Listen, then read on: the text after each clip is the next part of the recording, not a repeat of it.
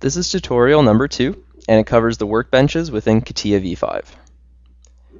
Now, within Catia V5, you're going to have multiple different workbenches that you'll be working on all at one time. To view them, what you have to do is click Start, and you'll see all of these here are workbench portfolios, and inside of them, you will have a workbench product. So right now, let's just go into one. So let's click the part design workbench. So let's click it, and we'll make a new part.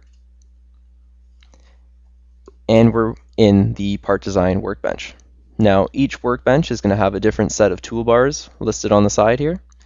Now if you flip to another workbench, you can have another set of toolbars with different features and parameters. So let's flip to another one now. Let's click Start, click Shape, click Generative Shape Design, and now we have another set of options on the side. And we'll do this again. So let's click Start, click Mechanical Design, click Assembly Design, and again we have a new set of toolbars, different options, different parameters and features to play with. So within Catia V5, we're going to be bouncing from one workbench to another, using and optimizing all the different features and components that go along with each workbench. And that concludes our tutorial on the workbenches within Catia V5.